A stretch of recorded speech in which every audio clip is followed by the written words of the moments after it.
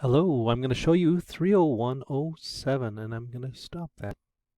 Hello, today I'm going to show you activity 30107, which is to retrieve, edit, and update a database.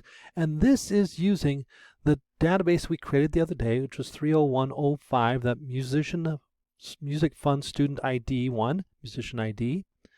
And just recall the other day you had to get rid of the auto key, or the primary key and auto number. So today, Step 2, so we have to open up that database first. I guess I should point that out. So we have to have our database open that we started the other day. So here's what we did, Musician Fun. So there it is. We have our artists, CD titles, release dates. So there we are. If you were running into problems where you couldn't do Rolling Stones or something like that, I mean, you got into the second Rolling Stones, and it wouldn't let you type it, it's because you did not get rid of that primary key under artist. See that key there? That's got to be gone. So remember, that needs to be gone. So here we are. We're in this one. You should have this one done. Oh, another thing, if you ran into a space issue where you couldn't type in the whole label, remember when we were following the instructions, if you follow the instructions, we are supposed to shorten these up to 25. Well, you might need to make that a little longer. So that's, you see mine are a little longer here. Oh, I didn't even shorten that one down at all. I'm going to make that 45 just for fun. All right, so going back to the data sheet view. Okay, so hopefully nothing was changed. I just shortened that up a little bit. So here we are. So going back to the instructions now. What are we going to be looking at? Step 2, make the following updates to the Music Fund Student table. Add a new field named Musician ID. Use auto number and set this as the primary key. So Musician Fun. So we have to go to Design View.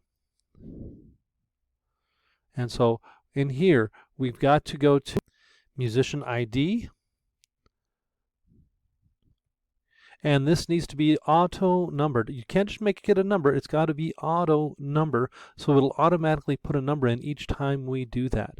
And so we'll just leave that just like that. And so we have Musician ID, auto number.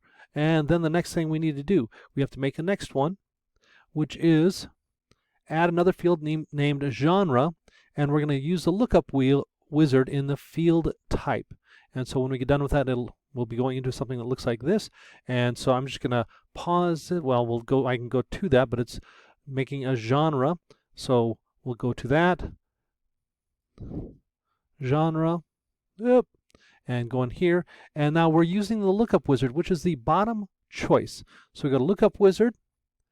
I will type the values that I want. So you click that. And then from that list that we have, you will type those in there. So go ahead and do that now. So we have our 6 categories in there: pop, classical, country, R&B, reggae, and rock. And so we go to the next category, hit next, and limit to list. That's what we're going to be looking on there. We don't even have to change anything here. We don't have to. And say finish. So we don't see any changes here. We don't see how it's set up any differently, but we will when we go into the data sheet view. We have to save that now. So now we see we've added a couple more, and we have our genre over here. So when we go to our genres, you'll see we now have a drop-down list, and it lists all these.